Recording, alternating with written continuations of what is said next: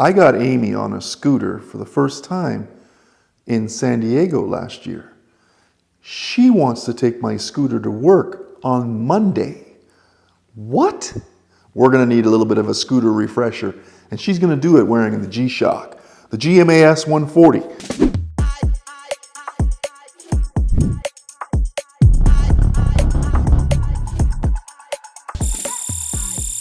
A little bit smaller design and maybe a little bit better for the smaller wrist wearer out there.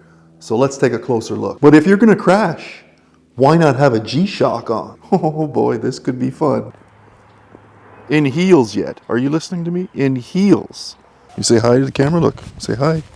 Say hi, look. 45 millimeters. 45 millimeter width here. We're looking at a pretty good, reasonable size here. It's going to fit men and women. I don't like to call it ladies watch, and it's definitely not a baby G-Shock, but it's going to work. It's going to work for a wider range of wrists than, you know, the 50 to 52 millimeters that some of these big ones come in. So, yeah, a little bit more versatile. It's an analog digital design. Module 5613 powers this baby. All kinds of features. Now, the specs, we're looking at 45 millimeters for the width. We have a 26 millimeter lug. It's a wider integrated lug design, which we're used to with G-Shock. She tapers down all the way to 18.5 millimeters though on that at that pin and buckle closure, which is fantastic.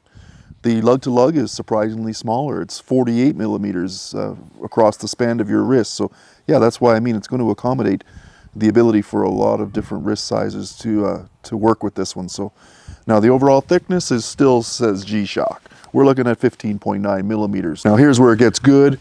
52 grams for the full package. 52 grams on the wrist, that's nothing. Of course, you get your 200 meters of water resistance and you have shock resistance as well. Now let's get in, I mean, we got lots of outdoor shots here. Let's get into the studio. We'll take some shots, some overhead, some bird's eye view, white gloves. Well, maybe we don't even need white gloves, but you know what I mean. And let's see what this feature set has to offer.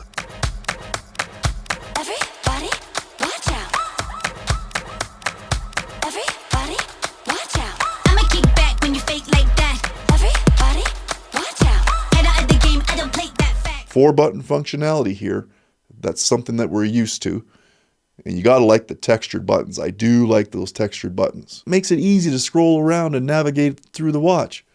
We got adjust in the top left, mode in the bottom left, reverse in the top right, which doubles as the light button like I mentioned. And then you have forward on the bottom right, which allows you to scroll through. Especially when you go into world time settings, you can scroll through top and bottom to select the city for the world time that you want to monitor. Now the feature set includes the analog digital time, this 12 and 24 hour display option.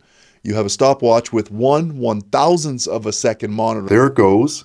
When was the last time you saw 1/1000th of a second? And split time capabilities. Countdown timer, world timer, 4 alarms with a snooze, and of course 200 meters of water resistance for all the peace of mind you need around your water sources. Not to mention function animation displays to give you a little bit of accent feature there on the dial. I like the dial design itself. It's got a nice line pattern to it, horizontal across the dial. And then you have plain little silver markers to give you the analog hour markers for the dial itself. So, I mean, there's lots going on here. And you know what? I wish I could say that it was all a bonus, but I do love the nice aggressive steel hand design. They certainly stand out. I mean, they pop right off of that dial, which is good because the digital display is a letdown. It's hard to believe all of these features are done, you know, with the difficulties that we're seeing in reading the information. I have a problem with that. It may work for you. I have a problem with it. Countdown timer.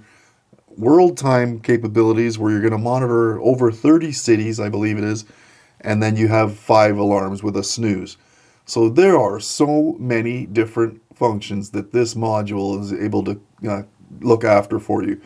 I think it's great. I don't know about this. This is scary. She might hurt herself. She got a helmet on though, that's important.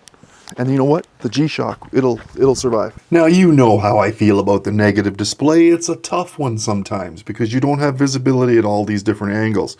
But right now, as you can see, yes, you have the analog time with your hour and minute hand with broad arrow design. You have the digital display coming in the 12 and the 6 o'clock position. Not to mention you have indicators on either side of that 6 o'clock dial.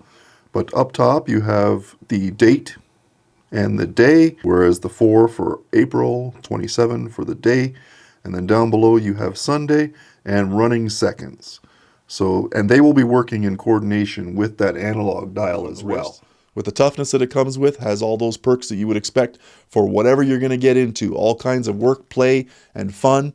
Heck, even if you don't wear a watch, you can attach it to your uniform or duty bag for all of you first responders out there.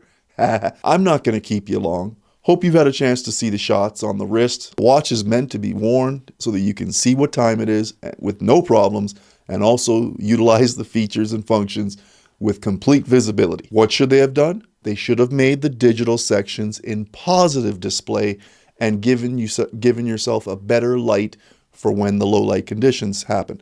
Two little tiny things they could have done to design this one a little bit different. That's just my opinion though. You comment below, let me know what they could have done to make this watch better. But you're gonna have to go get your own. It's on Amazon and some other reputable online resources. You might even find it at whatever your local authorized dealers for G-Shock.